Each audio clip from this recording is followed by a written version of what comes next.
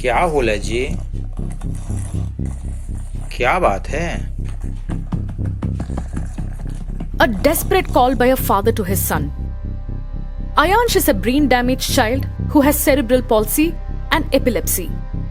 His father alleges that his son became disabled due to the doctors and the hospital's gross medical negligence during birth. We consulted Dr. Shakuntala Kumar of New Life Hospital, which is situated near just besides police station Mukherjee Nagar, very much near to GTB metro station. So when we first consulted her, then the last date of period was stated at 25th May, and on that basis he calculated the expected date of delivery as 1st February 2018. That was a miscalculation because it was supposed to be 1st March 2018 and not 1st February 2018. But what she did, that once she miscalculated, the same thing was stated in different pages of the prescription at least thrice, and all the ultrasound reports were stating a different date.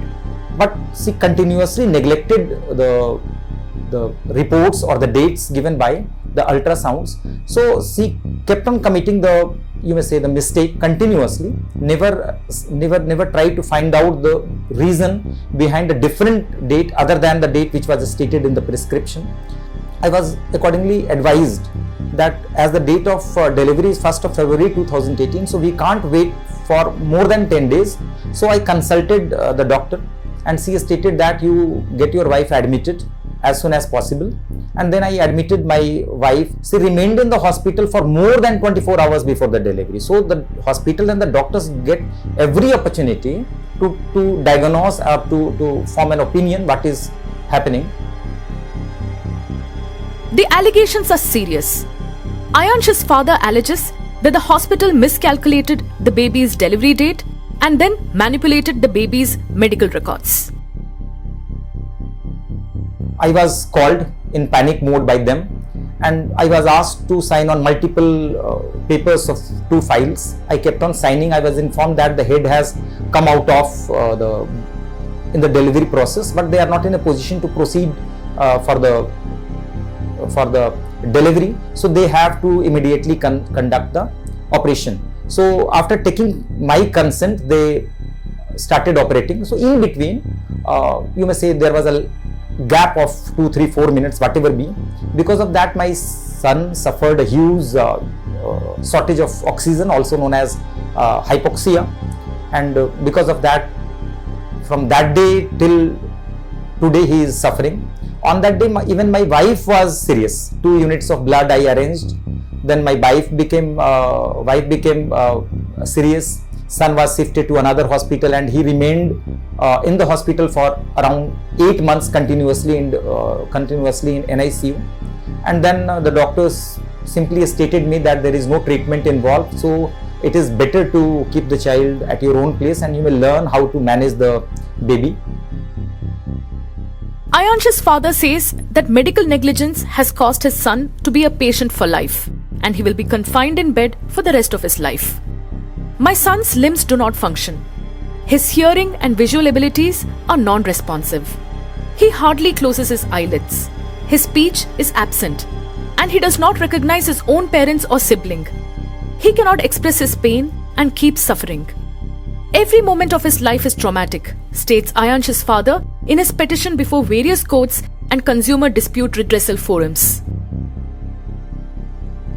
My son is 100% disabled. He can't sit, he can't laugh, he can't smile, he can't take food on his own. We used to feed him through the OG tube, through the injections, you may say, on hourly basis, because he never cries. So you may say there is a routine of feeding him, and his body and limb movement is, you may say, that is not up to the mark, is 100% disabled category. And simply you may say that he is the body but not alive.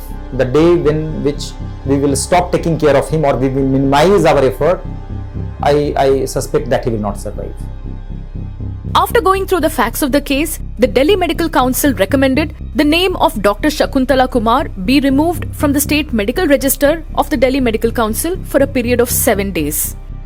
Later, the DMC in a revised order stated, The punishment of removal of the name of Dr. Shakuntala Kumar from the State Medical Register of the Delhi Medical Council for a period of 7 days is highly inadequate, as she has committed serious lapses in the medical management of the patient Anshu Bala, which not only compromised the health of the patient but also her newborn baby, as has been highlighted in the disciplinary committee's observations. The council therefore holds that the name of Dr. Shakuntala Kumar be removed from the State Medical Register of the Delhi Medical Council for a period of 90 days. The probe confronted Dr. Shakuntala Kumar for answers. We are doing a story on baby Aayansh, Uh-huh. 2018 case. So before we do the story, we just wanted to get your side. Okay. So I just wanted to know, the family alleged that the baby is completely 100% disabled due to the miscalculation of date. So the thing is, I just wanted to tell you that this case is sub judice. Okay. Okay, but what Yeah. actually happened? Like it is said that you just miscalculated the date. No, it is not like that. It is absolutely wrong. And let me tell you, this case is sub judice, and whatever decision up till now has come, like the decision from MCI, the decision through AIMS, they are all favorable and they are in my favor. Okay. Okay, but you have been barred for 90 days. As far Not at all. Not at all. Not at all. Not at all. But we have That was rejected by MCI. DMC have barred you for 7 days. They barred me initially, but what happened was that was immediately rejected by Medical Council of India, which is a larger body than DMC. So you are saying there were no mistakes in the dates. Absolutely not. So now the baby is Aayansh is 100% disabled. That I don't know. And see, the thing is, there are many things that happen during the care by the pediatric team, by the neonatal team. But there are so many things that happen during that, and the blame. It is not right to put the blame on the gynecologist. No, I understand that, but it is also said that ultrasound reports set the date to be 1st March, but repeatedly you calculated it to 1st February 2018. You So I will tell you. checked it. So I will tell you one more thing. I have just, as I said earlier, that all these things are under sub judice, and up till now, whatever decision has come, it has come in my favor. Whatever I had to say, I have said in the court, and the things are favorable in my favor. They all say that I am not to be blamed for anything. The Supreme Court in 2005, in the Jacob Matthew versus the State of Punjab case, had asked the Government of India to formulate guidelines that can govern the prosecution of doctors for offences of which criminal rashness or criminal negligence is an ingredient. 18 years have passed since the order, but the government is yet to formulate these guidelines. Having been involved with medical negligence in India for the last 25 years, majority of cases I can absolutely say that are not even coming to the court or to the media, or so they remain unknown. The root cause is lack of accountability. Now, that again is a broad answer, but it is a truthful answer. Now, I'll give an example.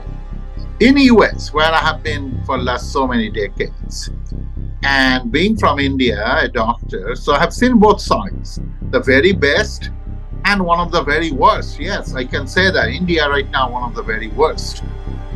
So in US, you go every month, every state medical council, we call medical board there. We have the same thing here. Their website, you can see every month, every state in USA, number of doctors have been found guilty, been punished, sometimes severely, and sometimes extreme, like permanent cancellation of their license. Now, there is nothing like that in India. They don't disclose. Now, recently MCI and now NMC, the National Medical Commission in India, they are giving a blacklisted doctors in India. And they're hardly, last I checked, is less than 100. You think about it, corruption everywhere. A man loses money. Corruption in healthcare, you lose your loved one. Life, literally. The Union Ministry of Health and Family Welfare has stated that it has taken up for consideration the long-standing demand to frame guidelines for determining medical negligence cases. While on the one hand, the costs for medical care have been skyrocketing in India, on the other hand, there is a lack of accountability in cases of medical malpractice. And families of victims of medical negligence continue to walk from pillar to post for justice.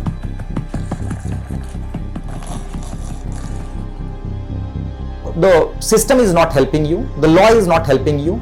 Okay, so somehow what I want that the doctors are simply the service providers. They are not at all God.